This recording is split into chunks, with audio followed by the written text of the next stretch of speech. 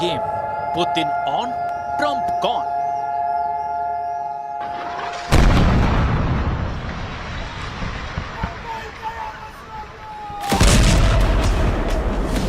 Hezbollah ने Israel की सेना पर सबसे बड़ा पलटवार किया है। हिजबुल्लाह के हमले में आईडीएफ के सैनिक मारे गए हैं।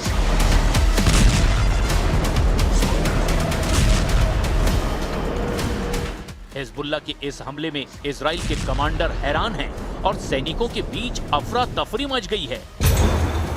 इस पूरे ऑपरेशन की कहानी आपको आगे बताएंगे।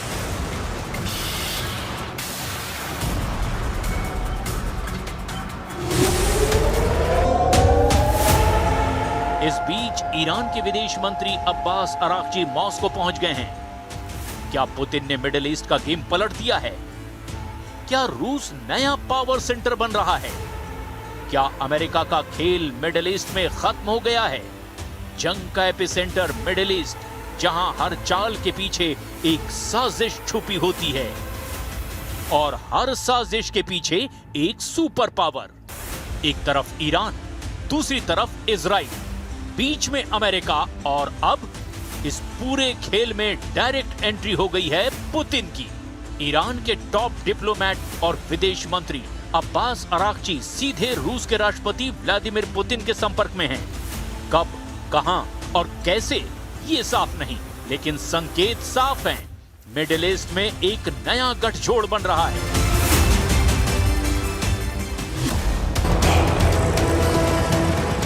तो क्या ईरान के प्रॉक्सी फाइटर हिजबुल्लाह ने इजराइल का गुरूर चकनाचूर कर दिया है? क्या हिजबुल्लाह को रोकना अब आईडीएफ के लिए नामुमकिन हो गया है? एक दिन पहले ही नेतन्याहू ने आईडीएफ को हिजबुल्लाह के खिलाफ पूरी ताकत से हमला करने का आदेश दिया था। उसके अगले ही दिन हिजबुल्लाह के लड़ाकों ने ऐसा पलटवार किया जिससे आईडीएफ के सैनिक हक्का बक्का हो गए हैं। दक्षिणी लेबनान में इजरायली सेना के ग्राउंड ऑपरेशन के दौरान हिजबुल्लाह के लड़ाकों ने चौंका कर रख दिया।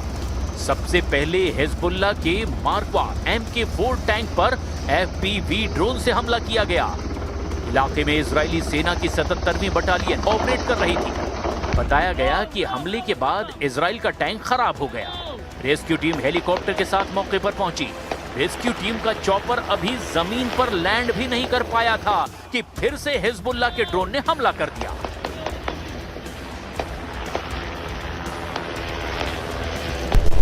हिजबुल्लाह के इस हमले के बाद इजराइल के सैनिकों में तो कोहराम सा मच गया। ड्रोन को हैंडल करने में पूरी टीम इधर उधर भागती दिखाई दी। तो क्या हिजबुल्लाह ने अपने 14 लड़ाकों की मौत का बदला ले लिया? रिपोर्ट के मुताबिक इजराइल की सेना ने दक्षिणी लेबनान में धमाके किए और 14 हिजबुल्लाह लड़ाकों को मारने का दावा किया। इजरायली सेना के इस हमले के बाद हिजबुल्लाह की तरफ से भी जबरदस्त पलटवार हुआ। रेजिस्टेंस लगातार और मजबूत हो रहा है। इसे हराया नहीं जा सकता और दुश्मन हमारे जवाब से हैरान हैं। हिजबुल्लाह ने ऐलान किया कि वो कभी भी अपने हथियार नहीं छोड़ेगा। हमें इजराइल की शर्तें मंजूर नहीं है। इजराइल को हमने अपनी ताकत दिखा दी है और ये सीज फायर तब तक नहीं होगा जब तक पाकिस्तान वार्ता में ईरान के प्रस्ताव को मंजूर नहीं किया जाता। उल्टा हिजबुल्लाह ने अपने 5 शर्तें इजराइल के सामने रख दी है। पहली शर्त, समंदर, हवा और जमीन पर इजरायली हमले पूरी तरह बंद हो। दूसरी शर्त, कब्जे वाले इलाकों से इजरायली सेना की वापसी हो। तीसरी शर्त, लेबनान के कैदी रिहा हो। चौथी शर्त, माइग्रेंट की वापसी हो। और 5वीं शर्त, लेबनान में फिर से विकास का काम शुरू हो। लेकिन इजराइल तो हिजबुल्लाह को हथियार विहीन करने पर अड़ा हुआ है और सीज फायर के दौरान भी इजराइल की तरफ से पहला हमला लेबनान पर हुआ। את האיום המיידי הזה הסרנו, ואנחנו נמשיך ללחום בכל כוחנו במדינות הטרור וכמובן גם באנשי הטרור שפוגעים בכוונה תחילה בחפים מפשע. लेकिन इस जंग में अमेरिका और इजराइल के लिए सबसे बड़ा खतरा ईरान बना हुआ है। 40 दिन की जंग लड़ने के बाद ऐसा लग रहा है कि अमेरिका ने हथियार डाल दिए हैं। लेकिन इजराइल हिजबुल्ला और तेहरान से सीधी जंग लड़ने पर आमादा है।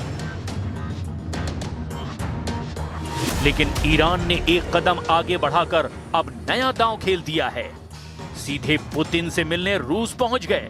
तो क्या जंग का अगला कमांड सेंटर मॉस्को से ऑपरेट होगा?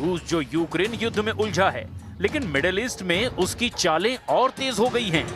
पुतिन खुलकर नहीं लेकिन रणनीतिक तरीके से ईरान के करीब आते दिखाई दे रहे हैं और इन सब के बीच हथियार, कूटनीति और सबसे बड़ा ऊर्जा के खेल का नया समीकरण बनता हुआ दिखाई दे रहा है। ईरान और रूस दोनों पर पश्चिमी प्रतिबंध हैं। दोनों की दुश्मनी अमेरिका से है और अब दोनों की जरूरत एक दूसरे से मिलती दिख रही है। तो क्या ये सिर्फ बातचीत है या फिर एक नया एंटी अमेरिका ब्लॉक तैयार हो रहा है? Очень надеемся на то, что, опираясь вот на это мужество и стремление к независимости, иранский народ пройдет под руководством нового лидера этот сложный период испытаний и наступит мир. ईरानी विदेश मंत्री अब्बास अराक्ची पाकिस्तान और ओमान के बाद रूस पहुंच चुके हैं। मॉस्को और सेंट पीटर्सबर्ग में रूस के नेतृत्व के साथ उनकी बातचीत जंग, स्ट्रेट ऑफ हॉर्मुज और अमेरिका के साथ चल रही डेडलॉक पर टिकी है।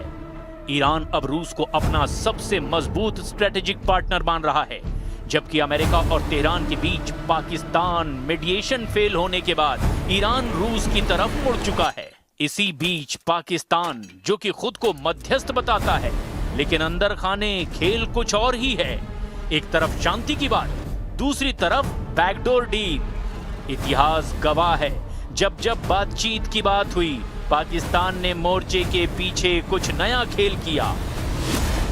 और इस बार मिडिल ईस्ट की आग में पाकिस्तान की भूमिका संदिग्ध आखिर क्यों रही है? क्या वो सिर्फ संदेशवाहक है या फिर किसी और के एजेंडे पर काम कर रहा है? पाकिस्तान ने पिछले दिनों अमेरिका और ईरान के बीच डील कराने की कोशिश की। अराक्ची 2 बार इस्लामाबाद गए, लेकिन अमेरिका ने अपने प्रतिनिधियों का दौरा रद्द कर दिया। ईरान का आरोप है कि अमेरिका डील के नाम पर धोखा दे रहा है। तेहरान का दावा है कि पाकिस्तान के जरिए बातचीत अमेरिका के लिए सिर्फ वक्त खरीदने का तरीका है, जबकि ईरान हॉर्मुज स्ट्रेट पर अपना कंट्रोल नहीं छोड़ना चाहता। एक तरफ पुतिन, जो चुपचाप अपना गेम प्लान बना रहे हैं, तो दूसरी तरफ ट्रंप हैं, जो दबाव में हैं। इस बीच ईरान, जो झुकने को तैयार नहीं है, और ऊपर से हॉर्मुज का खतरा।